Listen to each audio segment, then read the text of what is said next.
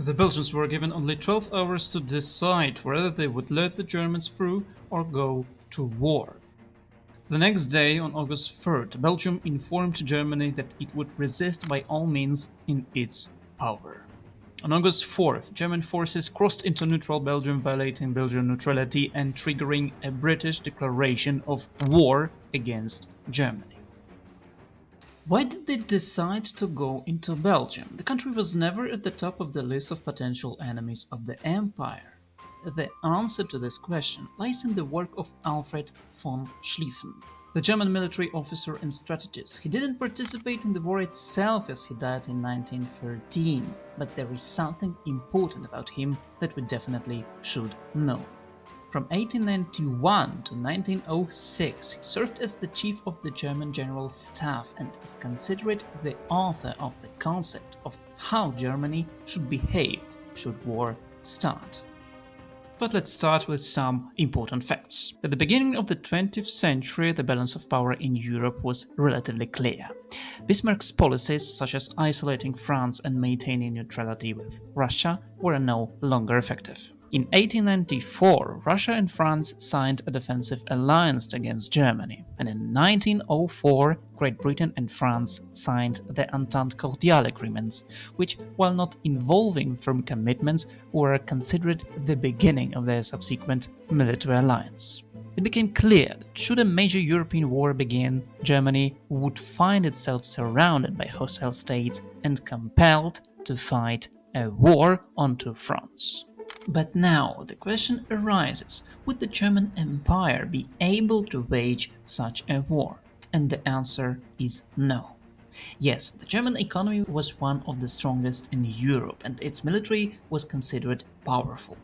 But the lack of resources necessary for a long-term war posed a serious threat to Germany's ability to wage a war of attrition. Thus, the strategy Schlieffen was planning was based on a simple conjecture. Germany should avoid a two-front war at all costs. This would involve an immense and swift attack that would take one country out of the conflict quickly. The question then arose, should it be Russia or France? Let's say a few words about both countries. Well, the Russian Empire was undergoing a rearmament program, having learned hard lessons from the Russo-Japanese War. Mobilizing Russian forces should war break out would take considerable time due to the vast territory and inefficient railway system. Additionally, St. Petersburg, the capital, was located far from the frontiers, making a rapid march to the city unlikely. France, on the other hand, presented a different situation. The country was not as large as Russia, but it was one of the most militaristic nations. The loss in the Franco-Prussian War, which resulted in the seizure of the Alsace-Lorraine region, had left a deep scar on French national pride. While the border with Germany was well fortified, if an attack came from an unexpected direction, it was highly probable that the French would struggle to defend against it. This was Schlieffen's reasoning. There is an active discussion among historians about whether there was indeed a formal plan or was it just a general concept. However, the ideas Schlieffen advocated for included the following principles. France should be attacked not through frontal assaults in the Alsace-Lorraine region, but instead through Holland, Belgium, and Luxembourg. This maneuver would allow the Germans to drive into northern France and envelop the French armies, potentially leading to their surrender. At the same time, the ratio of German forces on the Western Front to the Eastern Front would be around 7-1. As the German General Staff believed that Russian mobilization would be quite time-consuming, they decided that this would be enough to hold back Russian forces until victory over France was secured. German strategists were counting heavily on the Austrians, believing that they would hold the front until the Germans were finished in the west.